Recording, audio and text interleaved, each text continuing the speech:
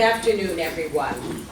I'm Elaine Gross. I'm the founder and president of Erase Racism, a regional civil rights organization based on Long Island, and we have been focused on identifying structural racism both in housing, public school education, community development, and one of the initiatives we have, but that we're very proud of, is the Education Equity Initiatives. And Nia Berg is with me this afternoon. She's the Education Equity Organizer and responsible for gathering up the wonderful panel of students that you're going to hear from this afternoon. I'm not going to take up much time. We want to have as much time as possible for our students, but I am going to take a moment to introduce the moderator with us this evening, Dr. Mark Anthony Gooden. And Dr. Gooden was a math teacher, and then he's had 16 years of experience in higher education. So he hasn't been in higher education for a very long time, but I could spend a lot of time talking about all of his accomplishments. So you can look him up on your website when you have an hour or two and read through all of his publications and everything else. But let me just tell you that currently he is the Christian A. Johnson Endeavor Professor in Education Leadership, and he's director of the Endeavor Leadership Initiative in the Department of Organization and Leadership at Teachers College, Columbia University. A mouthful. And within that department, he is also the program director of education leadership. His research interests include principalship, anti-racist leadership, urban educational leadership, and legal issues in education. He has been published in many, many publications, and I'm not going to read them all. And he has, in terms of his own leadership, he served 2 terms as a member of the executive committee and is immediate past president of the University Council for Educational Administration, a consortium of 100 higher education institutions committed to advancing the preparation and practice of educational leaders for the benefit of schools and children. So I'm going to stop there with my introduction of Dr. Gooden, but I'd like you to help me appreciate him and this wonderful panel of students, and they're going to introduce themselves to you later. So thank you.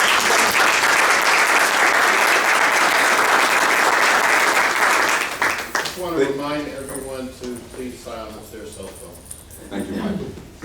And thank you, Elaine, for that wonderful introduction. I was saying earlier, my voice is not going to be as strong today. I was frolicking in D.C. A couple of days ago, and I had some allergies that flared up as I was down there, and they impacted my voice. But I'll do my best to speak as loud as I can. So welcome to Education Equity, Student Voices. We oftentimes in education will conduct research and ask questions of a number of folks within education. We know that we talk to teachers, we talk to leaders, we talk to board members, we talk to community members, but surprisingly, sometimes we don't ask students what they think about the education that we're providing for them. Well, today you're in for a treat because you're going to get an opportunity to hear directly from students. So I'm going to just jump into the goal of the panel, and then I'm going to jump right into the panel presentation by giving them a chance to introduce themselves. So the goal for today is for educators and students to discuss how to achieve greater equity for students and schools, for students to inform future policy changes for positive educational reform. So with that, let me give you a rough outline of today. We'll have the students introduce themselves and give their name and a hope. We'll take about 5 or 6 minutes to do that, and then we'll have questions of each panelist. We'll spend about 30 to 35 or 40 minutes on that, and then the last 15 minutes we'll give you an opportunity to ask them questions. So we encourage you to just jot down your questions, so when that 15-minute time comes, you'll be able to ask those questions. So without further ado, I'm going to start with Sufi. Hi, I'm Sufi. I am 18. I am a graduate from Emma Memorial High School, which is a school in the Sewanee Central High School District. I'm a freshman in college now, and I hope today to enlighten adults and members of the community on the injustices that students face. My name is Amanda Sanian. I'm in 10th grade and I go to Gila High School. And my hope for today is to become one step closer to achieving educational equity. Hi, my name is Janiyah Cunningham. I go to Elmont Memorial High School, and my goal for today is to help teachers and administration, along as parents, to understand that students have a voice and we should be recognized. My name is Whitney Sussman. I'm a senior at John F. Kennedy High School in Belmore from Long Island, and my goal for today is to kind of bridge that disconnect between administration and students and help both sides understand the educational inequities that exist. My name is Jamon Lawrence. I'm a senior at Roosevelt High School. I have many hopes for today, but my main hope is that you all take at least one piece of knowledge and disseminate it into your respective areas. I'm Mia Dickinson. I'm a senior at Huntington High School in Long Island, and a hope I have for today.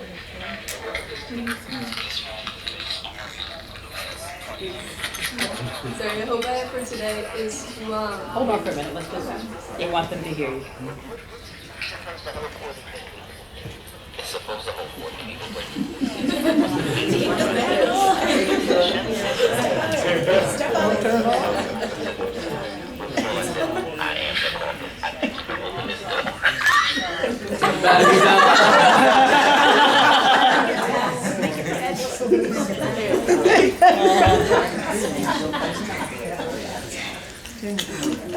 I know what happened. Okay, you're good. Okay, There's not equity or so I'm Mia Dickinson. I'm a senior at Huntington High School in Long Island, and a hope I have for today is that everyone in this room kind of gains a deeper understanding of how important this issue is, and that it's something that needs to be talked about. I'm Tolu Zhao, and I'm a junior from Sayasa High School, and my hope for today is that students and educators come to a common goal to make learning environments better for students.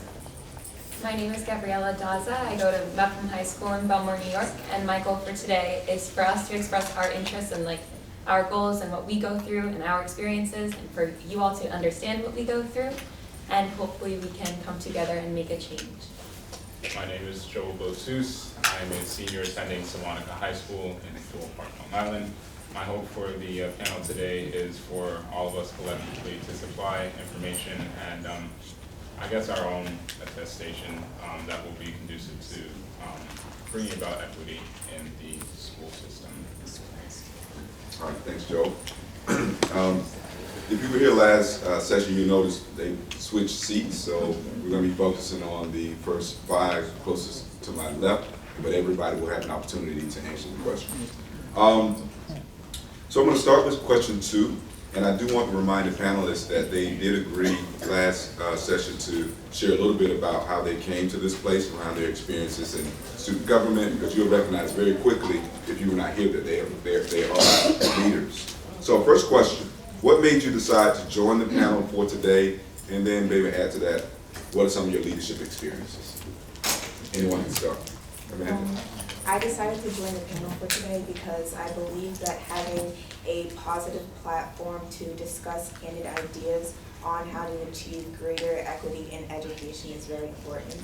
And I'm a part of the Youth Leadership Club, so today I'm going to be talking with them about their ideas on equity and bringing that back to my school to implement that in our school district. Thanks, Amanda.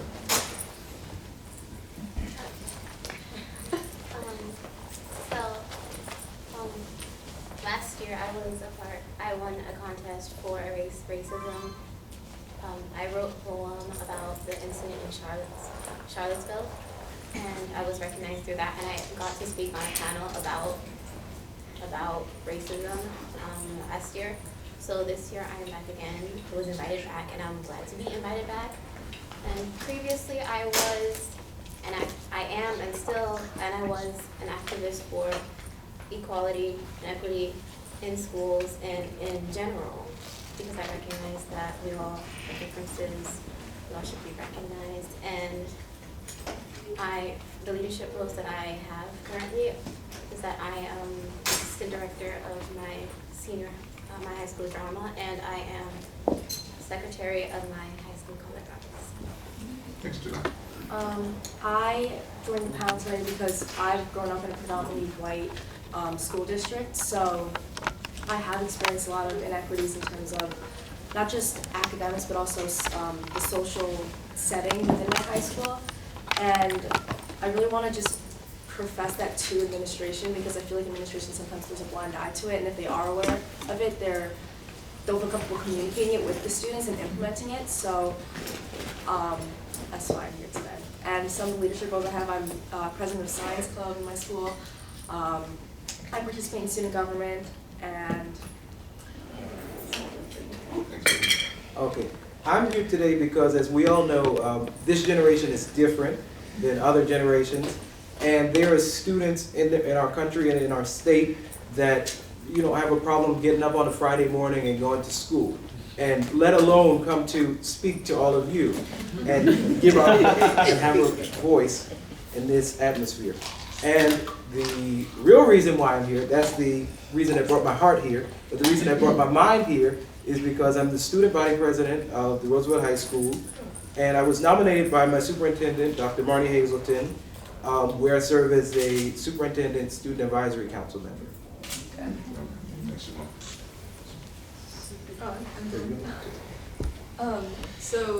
The reason I'm here today is because I've done like parts of civil rights things and stuff in the past in my schools, and I just feel like it's something that needs to be talked about, and I want to support my peers that have had experiences with education inequity, and yeah. So the funny thing is I'm not supposed to be here. If I think about it, last year I was a member of a group called the Men of Elmont, which is a leadership group for youth in my community who don't have male role models for them. The majority of us were students of color.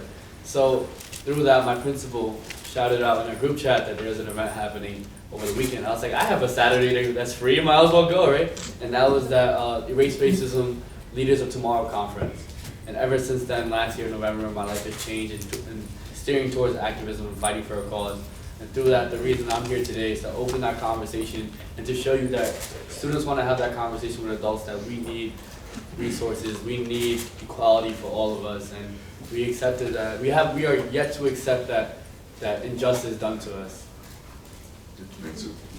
I'm here because I volunteered for Erase Racism last summer, and I really enjoyed learning about the inequalities going on in Long Island. And I also joined a lot of clubs in my school surrounding social equality, and I really just opened my eyes to the truths going on, and I no longer see things through a blind eye. I now see what the realities. I'm here today because I think that Erase Racism offers us a really nice platform to speak with all of you, because this is a really unique opportunity for us. And this is something that affects me personally, because I am one of very few Hispanics in a very white school. And some leadership positions. I'm class president. I was elected by my peers to be class president, and I was elected by the World Language Department to be the Spanish Honor Society president. I'm currently serving on this panel in an effort to bring about productive change in the school environment, whether it be on a local or district level. I'd like to thank Erase Racism for having me. And personally, I feel as though by our supplying our input that we can ameliorate the different circumstances that school districts are in. I am on the Superintendent's Advisory Committee and the NAACP Youth Council, among other things. Thanks, Joe. So our third question is, how have your experiences in school shaped the way you think about and or advocate for education equity?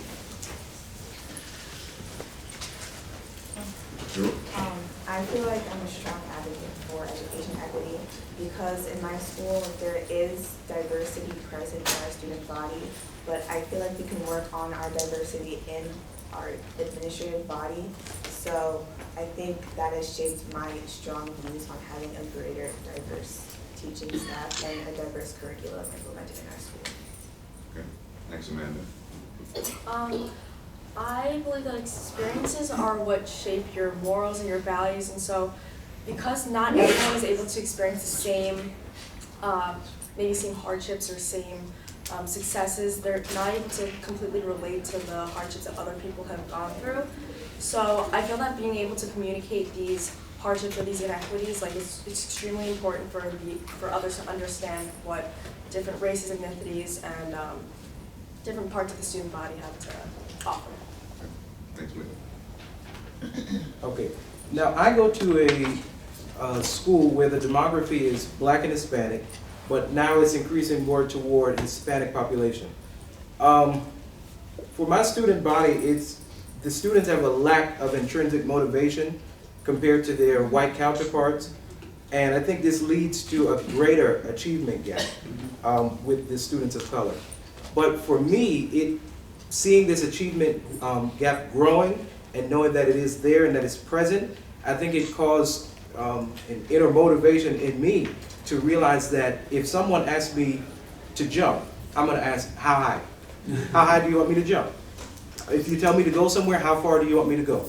So just that inner realization in myself that I do have to work harder sometimes, but even if it's something that I don't have to work harder for, let me just work harder. All right.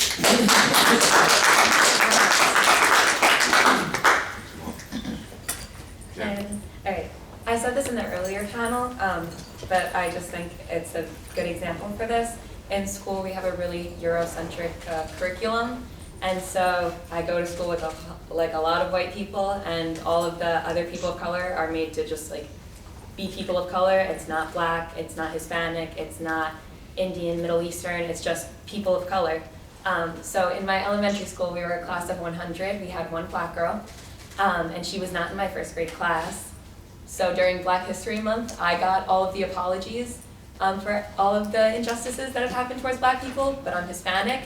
But we're not taught that in my district. We're not taught the differences that exist between varying people of color, so I think that that's really important, and that is just something to take home.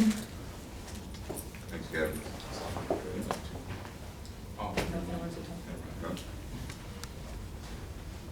Sure. Going back to Eurocentric curricula and experiences in school, being taught that growing up is frustrating to students of color because it's like, where am I represented in school? So that has led to my student advocacy and my voice being rising louder and louder. Where am I represented? Where am I being heard? Where are the people of color that share the same views as me? So that's why I'm here, and that's how my experiences shaped me to be here today. Thanks, Sufi. Joe, did you want to add? I suppose my personal experiences with regards to the different chasms in achievement have definitely motivated my involvement here today. It's the different access to opportunities that you see across all of the schools in Long Island that sort of call attention to the whys and the hows behind the what, if that makes any sense. I think it's important to address so as to equalize the playing field, so to speak, and provide not just equal access to the opportunities, but a medium by which to access them. Okay, thank you. Panelists, why do you believe it is important for students to have a voice in policy decisions? Okay. I think it's important for students to have a voice in policy decisions because students walk the halls, students sit in classes, and students hear about the problems that their district faces. In the United States government, the power derives from the consent of the governed. So in schools, the power should derive from the consent of the students, just as in the same respect. Students can only truly represent other students. If you're so far removed from that atmosphere, there's no way that you can truly represent it. And also, I just wanted to say that we're the voices, but you're the vote. So the thing about it, you really have to ask us what we need. And that's why students need to be involved. Thanks, Jamal. students ultimately are the people that are being affected directly by these policy decisions. So, as he said, decisions are made by, like, it's who is being affected that matters most. So because these people are being affected the most, I feel like we need to have a voice in what's actually going on around us and what's going to be affecting us and how it's going to be implemented in our future and our education. Next week, I definitely agree with everything you guys said. We are the people who are being directly affected from the regulations that are in place from our administrative body. And it seems almost counterintuitive to exclude students from the process of creating policies that are intended to help them. So we should be involved in the process. Okay, thank you. Janai? Okay, so if you're anything like me, I spend more hours at school than at home. So I would like to see a change in how students are represented. We spend majority of the year going to school. Students make up the majority in schools, not just teachers, not just parents. Students are the majority. So we should have a deciding vote on how we're supposed to be taught. And times are different from when teachers and parents went to school, so things change. And it's 2018, and we have different needs, we have different requirements, and we have different things we want to see in our schools.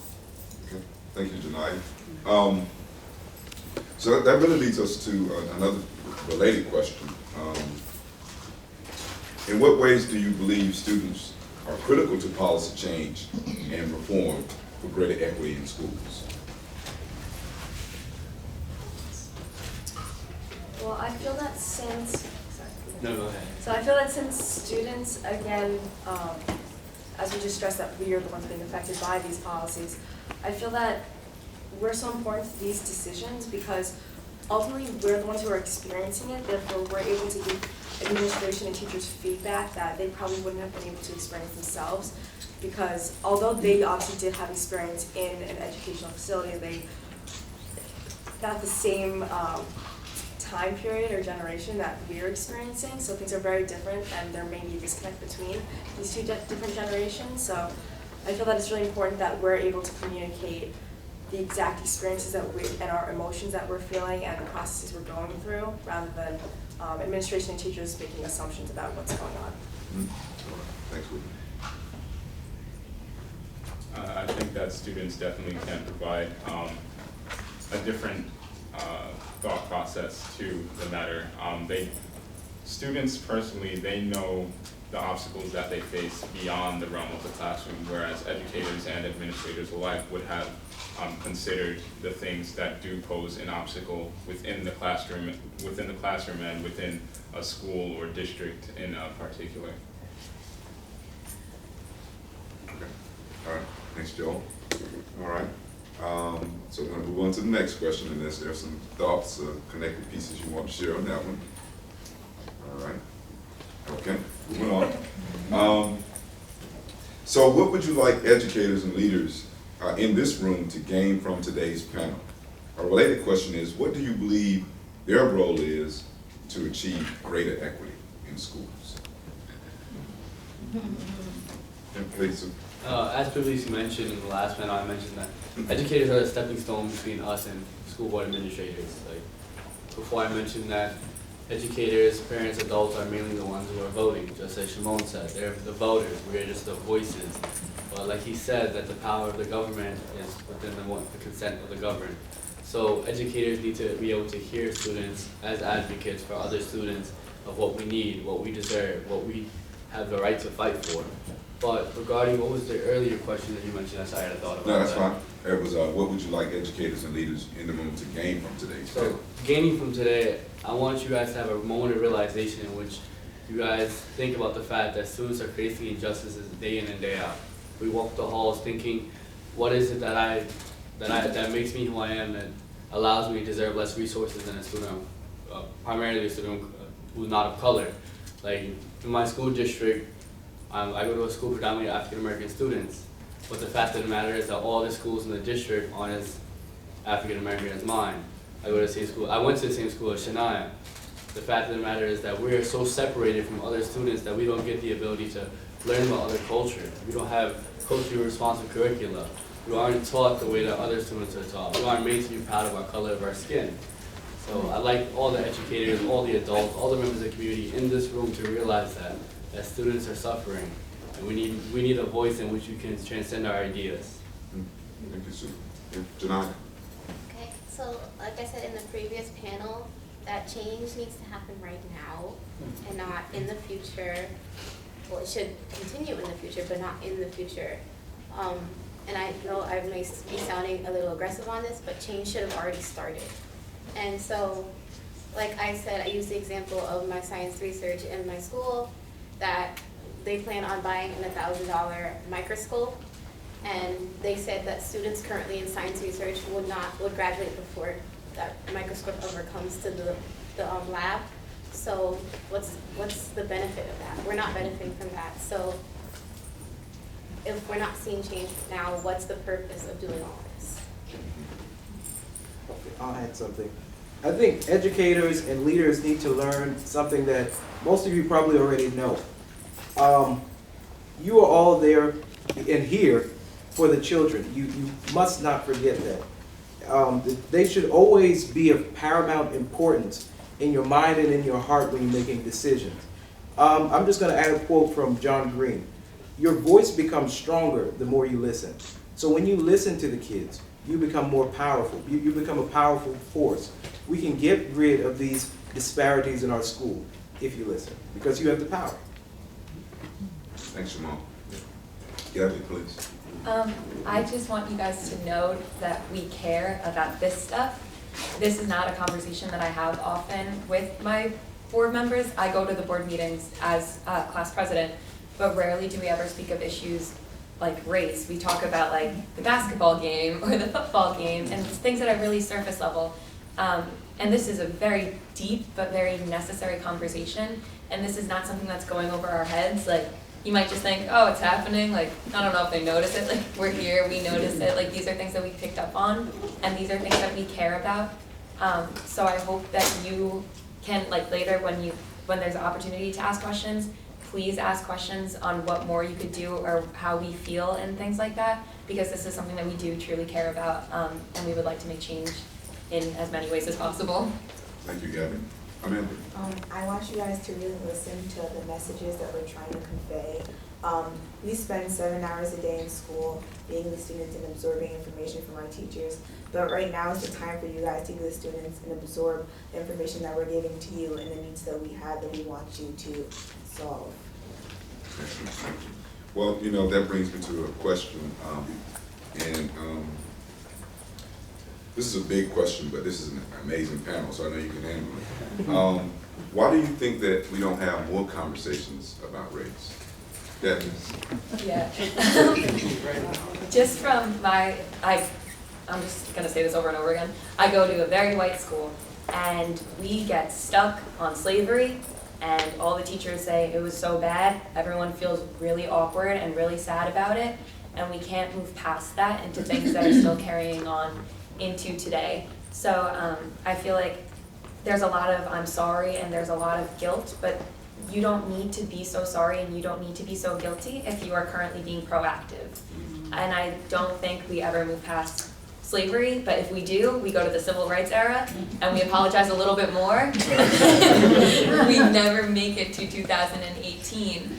And especially in a district like mine where it is so white, there's no like that one black person in the class, you don't want to make them feel bad. They're not going to feel bad. It's just history. It's what happened. It's what you do with it now that is going to make them feel good. But if you're just going to ignore the things that occur today, you're not getting anywhere and you're just going to be guilty forever. Okay. Mia? I think that it's never talked about because white people are so uncomfortable with talking about it. When the reality is, like, you may not talk about it because it makes you uncomfortable and it might not be brought up at like board meetings or whatever because everybody's uncomfortable about it, when like your comfort doesn't really matter. Like you need to get uncomfortable for there to be progress made. Amen. And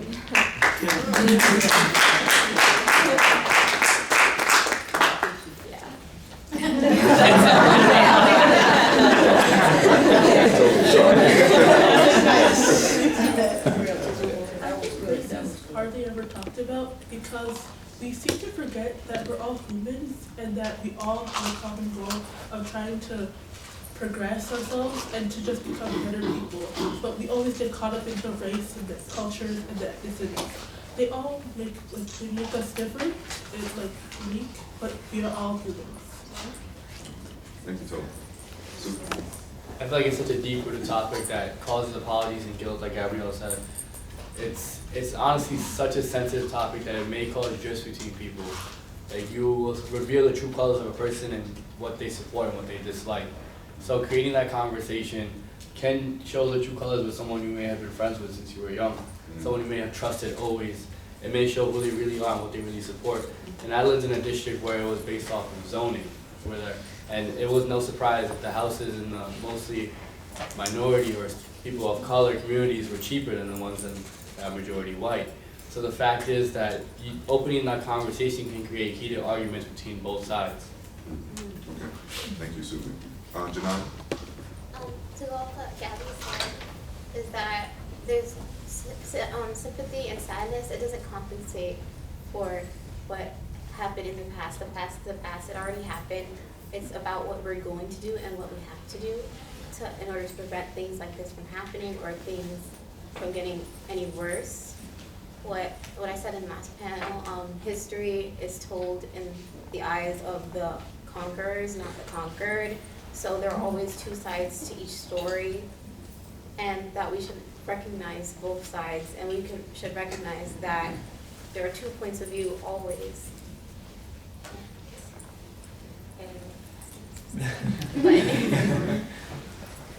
Well, Janai, thank you for that. That brings us to, I think, an important question around power, privilege, and access,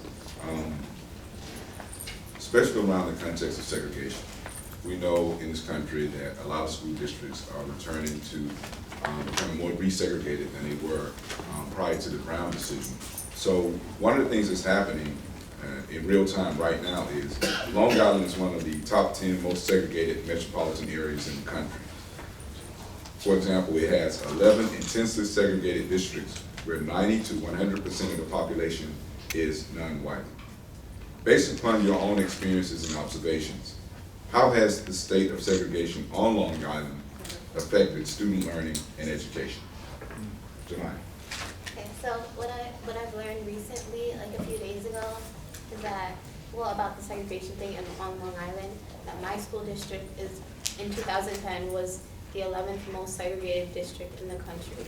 And that was shocking for me to hear, is that in the early years of this country, that New York was the first state to jump into the revolution, the first state to start rebelling against the British, the first state to battle injustice. And yet we're experiencing the same injustices. And it's kind of shocking that once I realize it now, that every school has a stereotype, every school has a demographic in my district. We know my school for being all black, and we know this school for being all white. We know this school for having all Asians. But it shouldn't be like that. We should be integrated. And it's kind of hard to think of that, but it exists. Thank you, Janai. Yeah, Susan. Again, we're causing drifts between people. It causes heat and tension between students. I remember during lacrosse games, it just clicked to me that during lacrosse games, I'll be on a field at a school like Mepham or Belmore JFK or a school from the eastern part of the island, and we're there arguing because of the color of our skin. And they're throwing racial slurs at us because of where we come from or what we look like. And that segregation on Long Island just impacts students against each other. Like, it's caused such a rift that there is violence coming out of it, which is the crazy part, that the way that society is moving, the way adults are operating is causing violence between their children. I don't know if this is the world we want to live in, but it's definitely one I don't want to. Thank you. I have a question and I'll come back. Amanda. Oh, okay. So it all comes from a history of obviously slavery, but into a kind of pre-military period before, like now in our current racial segregation. Redlining, where they would refuse loans to people based off of where they live, where they would deem it poor. You're always a product of your environment. So if you were born into an area where it's mostly white or mostly black, subconsciously you're going to look for places when you get old enough to leave to go there and like put your roots in there in order to create a family, and they're gonna continue that trend. So because of that, we have so much segregation in Long Island now, and it's staggering very high. So that impacts the resources given because of redlining and the different opportunities given. Now you have different resources that are awarded to different school districts and stuff like that. So that's the greatest effect. Beautiful point, Amanda, and I like the way you pulled in the history of what happened then has an impact on what's happening right now, even as we have present-day segregation. I want to return to something that Sufi said and get your thoughts on this. Given that race is a difficult topic and one that people avoid like the plague, are we able to have productive conversations on race to address some of these issues that you talked about, particularly inequities in schools? Are we able to have some productive conversations? Please. I think most definitely, because it is, or at least it's my contention, that it's the segregation that leads to the marginalization, that leads to the inequality, that leads to the inequity, that leads to the disparity that we see in success. Beginning with the segregation, having open talks, open dialogue, open discourse so as to analyze the situation and assess where the playing field, so to speak, isn't equal. The inequity that we witness, it's a byproduct of our neglecting certain racial, ethnic, and socio-economic situations that people are put into. Whereas if you were to provide vocational training and specialize different approaches so as to ameliorate someone's particular circumstances, that wouldn't be there. And by opening that open dialogue on race and how it directly correlates to the disparity that we see in achievement, it could prove productive. Thanks, Joe. Yeah. I think that when you put it like that, it's so easy. Like, it's so easy to have these conversations because it makes so much sense. But it is, in my experience, it has been so hard communicating with people who just don't want to hear it. Because who wants to hear the Hispanic girl pulling the race card for the 14th billionth time when I'm telling the football team that they can't curse out the other football team because of their race, that their dads can't yell racial slurs from the bleachers to the 16-year-old boys on the other team. It's really difficult. Just me, like, talking to my peers who don't want to hear it, who are like, this doesn't matter, it's just a game, this doesn't matter, it's just this, it's just that, it's just this, it's just that. So that's why I am here, because you are the types of people who can help me make my voice be heard. Because it makes so much sense when you say it like a brilliant person, but I don't think the football team wants to hear any brilliant words. No, the parents don't want to hear. So now when we're talking about the conversation, I like to talk. So as a, I do like to talk. And as a child, you know, I would always complain about things, and you know, the supermarket did that, the school did that, the principal said that, and then, you know, my mom would always tell me, okay, so what are you going to do?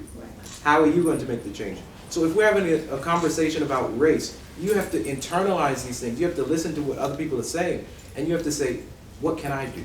How can I make the change? If you can't make the change yourself, speak to somebody that can make the change. Organizations like Erase Racism, they're helping to make the change by being gracious enough to bring us here. And this is just the beginning. We can go further than this. Thanks, Shimon. Very good. So I do want, oh, sorry, Janaya, so sorry. Okay, so I'm a writer, so I like listening to other people speak and other people voice their opinions. It helps me get inspiration for my writing. So a while back, a black man went to KKK rallies, and he was friends with the head of the KKK in his area. So he said that when we're having a conversation, we're not fighting. But we can have conversations and we can argue, but that's not the point. When a conversation is split into two parts, people who listen and people who talk. And so when we're listening to each other, we get an understanding of the other side. Like I said, there are two sides of the story. So we are listening to each other and we are talking to each other. And when we're talking to each other and listening, that we get a better respect for people and we get a better understanding of their side. And so that leads to less injustice and less of the oppression, because we are understanding where they come from and how they view things. Thanks, Janai. So, Just to end on that question, I do believe that all those conversations need to be facilitated. It's just like when you have an argument with someone in your workplace or a peer, there's always a greater force that is mediating that conversation afterwards, just to maintain the peace between those two people. So just to say, if you are to have this conversation when you go back, just facilitate the conversation in such a way where both sides feel respected. very good point, very good. And there are protocols out there for having these courageous conversations. So I'm sensitive to the time. We promised you that in the last 15 minutes, you would get an opportunity to ask the panelists questions. So we're going to shift, and we're going to start with the gentleman there. So thank you for the courage to speak to us about the realities of your life. I share some of the feelings that you have being Hispanic. And also, it's not only that white, and minority conversation, but also I'm one of 7 board members. I'm the only Hispanic where we have a 74% Hispanic population in my district. So I do feel animosity, and I do feel also not being accepted because I'm Hispanic within the African American majority community as a board trustee. So I just want to put that out there, that that's my struggle, and I try to reach out and have conversations to overcome that. I know that as a board trustee, we don't do a very good job listening and respecting what our students have to say. From your experience as a panel, what can you recommend to us? What do you think could work best for us to be able to listen and to give you a seat at the table so that we can understand really how you're feeling and what you're going through? That's a panel I'm asking. I believe you answered the question just now. You said providing a seat at the table, having that conversation with us, you're recognizing that issue that you have with the board members and opening up that conversation. But how would you recommend, from your experience, would be the most effective way to do that? Providing that seat at the table, opening up the space to have that conversation. Invite me to your office. Invite me and my team, or the team and I who at your school, to talk about that issue and provide solutions to the problem that you're facing. Yeah. One of the other, I believe he was the superintendent. Oh, she's about to Yeah, say from the previous panel, mentioned having a 30 to 60, is that what he said? Student group that he meets with twice a year to discuss their issues one-on-one with the superintendent. So I think that could be a very nice way to connect with the students. I am a student representative on my board, and I think that's a good thing. It can be lonely out there when it's just me against the whole board, so I do think that the 30 to 60 students with the superintendent is a very nice idea. Yes, please. I'm going to stand up just so I can actually see all of you. I live in a very rural, upstate school district, extremely white, extremely small. I want to broaden your view a little bit, where for us, there's an added portion of an upstate, downstate discussion, where there's inequity in funding, where our little poor schools, we just don't need as much money as the city schools or and again, we'll all debate this for a million years. I have 4 children that I'm raising. I have 10-year-old triplets and a 12-year-old. They are whiter than me. I don't know how. I have 4 blonde, blue-eyed children. I think we have 1% diversity in our school district. How do I not inadvertently raise, I was gonna make a political comment, little racists? So I have conversations with them. I talk about race to my kids. I talk about white privilege, but we have no access. There is no diversity. I'm literally taking them to events, and then I'm that weird lady who's bringing her white kids to go observe the black people, go play on the playground. But it's very awkward, and it's because we are so segregated throughout the whole state. Are we still the most? We're one of the most segregated states, as liberal as we purport to be. And even in our area, we have a couple of schools that are urban, that are huge schools, and they're more diverse. But we don't interact with them. We don't see people, our teams and our class. We're playing all the other small rural schools that are also all white people. So how do you bridge that gap Do you ever see partnerships? You know, like I try to propose like video conferencing, having partner classrooms in the city, because in some ways the challenges of being so poor and rural and trying to make ends meet and having overcrowded classrooms are very similar to some issues faced by urban schools, but we just never have that opportunity. So I'm just wondering your advice as young people, as somebody trying to raise the future generation. So one thing that I would say is, in my elementary school experience, you know, I wasn't exposed to that much diversity, but there was a teacher that I had, and she exposed us to a little bit of diversity through writing. We had pen pals from South Dakota, I think it was. and I don't remember his name, but I still have the letters at home. Is it insulting? I mean, is it at all to be like, hi, I need some token, I do this with everybody, by the way, we have some gay friends, we have, you know, like I just want to expose my kids to diversity. But yeah, no, I appreciate your point. I just, you know, you don't want to make it worse. Yeah, and I think writing is the best way to communicate to everybody. And writing is universal. You know, you write to a kid, and you know, me writing to a kid in South Dakota, you know, seeing the way that he wrote and the way that I wrote, and comparing the things and seeing, okay, am I learning this like him? Because you know, I was looking, I'm like, okay, should I use the dictionary and try to use the biggest word? But then like George Orwell said, I don't know the exact quote, but you know, when you can use a minuscule word in place of a big word, use it.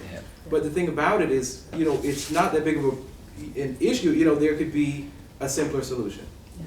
So No, just like, I mean, in kids, before these ideas form, they are the purest communicators. And, you know, you don't want to passively be developing these continuing issues where it's like, where do we intervene? We have all this technology. Could I respond? Yeah, I'm sorry. I just want to hang out with these guys for like 2 hours. I'm sorry. I did want to respond to you. I think as somebody who has children wider than I am, I think it's all about the parenting. It's all about modeling the behavior, because I feel that, well, I'll tell you, I have a son who is blonde, and he lives in Cape Verde, Africa. Yeah. He's with a whole bunch of You know, it's just, I think it was, his attitudes were formed, I think, primarily from his parents, because he went to a school where there were a lot of bigots, and somehow it didn't affect him. Well, and I don't want to simplify the issue that this is somehow a solution to all of the problems of racism. But I had another question though for the panel itself, because I'm the co-chair of a new committee this year, and it's a diversity and equity committee.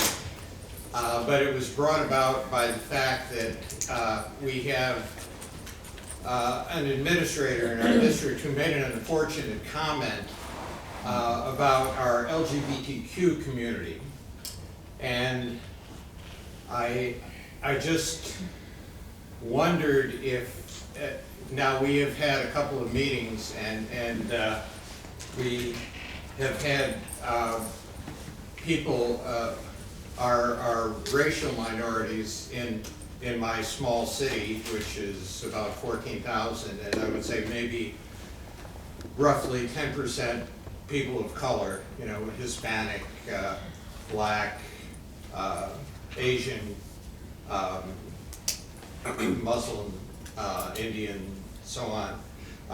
But I just wondered if you had any suggestions of how we can kind of try to integrate these two communities, because some of their issues are the same in terms of discrimination, and yet they're coming from very different places. Okay, Gabby. I think that they're two very different issues that, while they do face discrimination, and while they're not mutually exclusive, I think they need to be handled differently, because like racial issues can trace down to like socioeconomic issues. So those should be handled separately from LGBTQ issues? Yeah, well, socioeconomically, most people are poor, and, you know, I mean, we're talking about 70% free and reduced lunch, so it's, that spreads across the whole spectrum. But, you know. Well, let me try to get 1 or 2 more questions sensitive to the time. I saw one over here. Yes. Okay. Yeah. So first I wanted to say congratulations. You guys have done a wonderful job here. I only got to see half the presentation, but I am so inspired by your courage, your willingness to share your stories. There's power in sharing your stories. So I just wanted to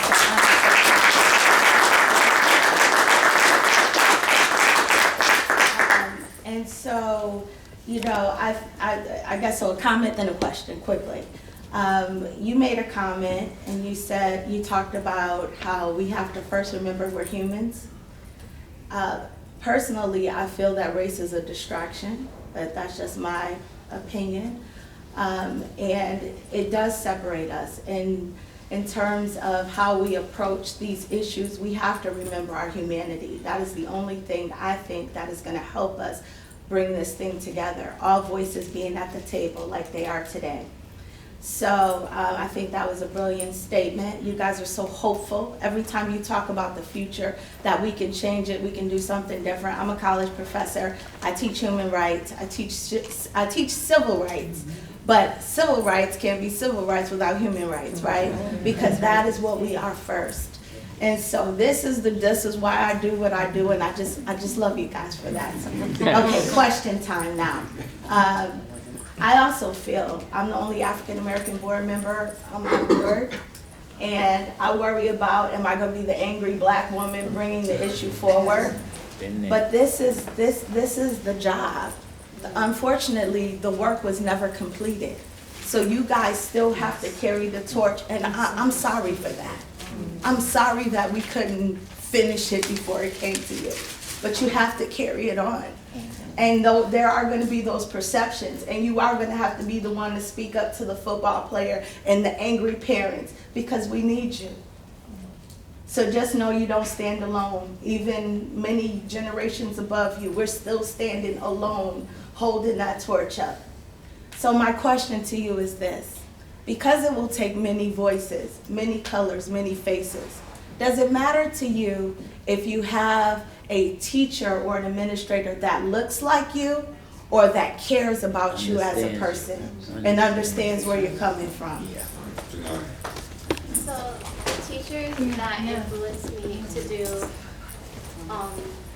programs like this, erase racism, and speaking out against injustice, they look like me. They are black, they are female, and they believe strongly because they were also affected by this.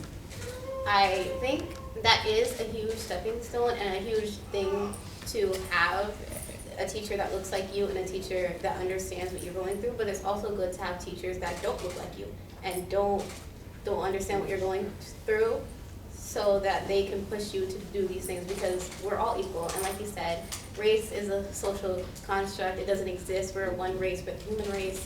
So it's important that teachers talk about this topic with their students, and they talk and they encourage them to do activities like this to get their voice out, because we all need support and we all need to fight this battle. Really quickly, I'm just gonna say that my favorite teacher, you know, so far, I don't know if I'm gonna have a new favorite teacher this year, but my favorite teacher from all of my schooling career is a white woman. My least favorite teacher is a black man, but not because of their race, but it was because in the black male teacher, his class, I think with that cultural understanding, he thought he understood me as a young black man too much, to where he was overbearing and thought he knew what I needed. But the white woman, she listened to me, but not saying anything about the black man, because, you know, now our relationship is a little bit better. You know, now it's not as bad as it was when I had him, when he thought he knew what I needed. But, you know, the thing about it is, if we all listen to each other, we can make this world a better place.